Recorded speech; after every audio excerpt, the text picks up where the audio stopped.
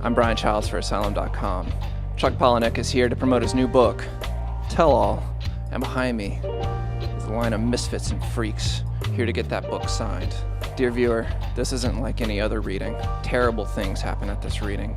Sexual depravities, gods are blasphemed, Satan's worshipped, horrible, horrible things. And we're here to find what it's all about. Who are you dressed up as? Marilyn Monroe. And why is that? Because she appears in Tell All. Okay, great. Have you finished the book? No, not yet. Just got it. Okay. Which one of you is going to shoot yourself in the face? I read about one of his readings, Guts, from the book Haunted, which I also read, which is crazy and disgusting. But I just heard the people react really aggressively, but I have no idea what to expect. What's the weirdest thing you've seen happen at a Chuck Palahniuk event? The contest to blow up the dolls last year.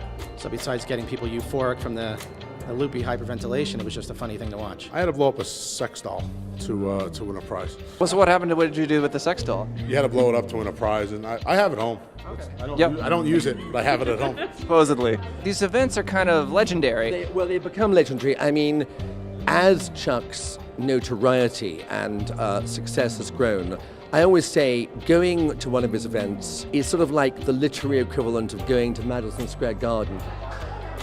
We're backstage with Chuck. He's about to go on. The anticipation is killing me. This is where they put us. Internet gets no respect. I wonder how many people here hate their parents. You know, Chuck always wants to give his audience something more than just the walkthrough. And, I love him for that, and so does his audience. We're going to play some games.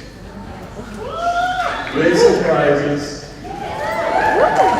I'm going to read you a story I wrote just for you.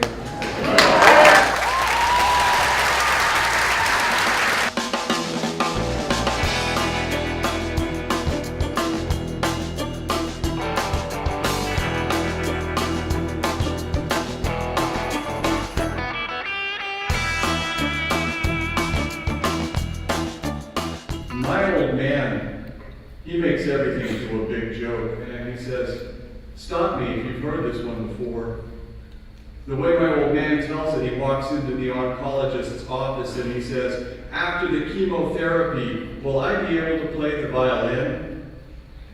In response, the oncologist says, "It's metastasized. You've got about 6 months to live." I think reading to yourself is different from hearing the author reading the words aloud. That's powerful, and when Chuck reads, it's always very, very powerful. My old man says, 6 months, he says, "I want a second opinion." So the oncologist, he says, "Okay, you've got cancer and your jokes stink." He's a great guy, very personable, very strange, has a sixth sense of humor, as so do I. He's a really personable guy. It's like we're old friends. It's really amazing. It's impossible to believe that he could remember me out of the thousands of people he meets, but he does. As a book editor, you're looking for people whose voices speak to you.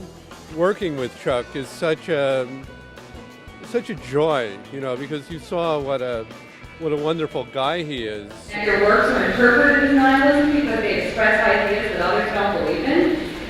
And I want to know that what does that loneliness feel like? And other than by writing about it, how do you cope? How do I